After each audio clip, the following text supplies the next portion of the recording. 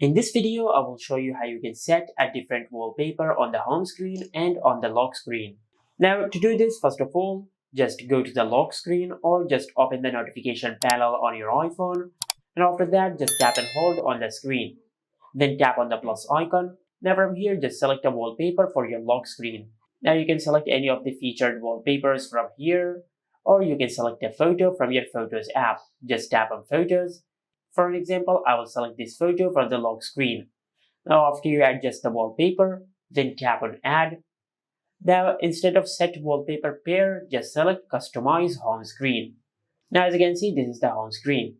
Now to set a different wallpaper on the home screen, just tap on Photo.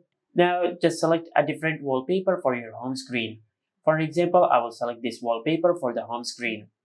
Now just adjust the photo as you like, then tap on Done. Tap on Done and select the wallpaper combination which we have created. Now as you can see, we have set a different wallpaper on the home screen and on the lock screen. Just like that. And this is it. Make sure to like, comment and subscribe. Thank you for watching.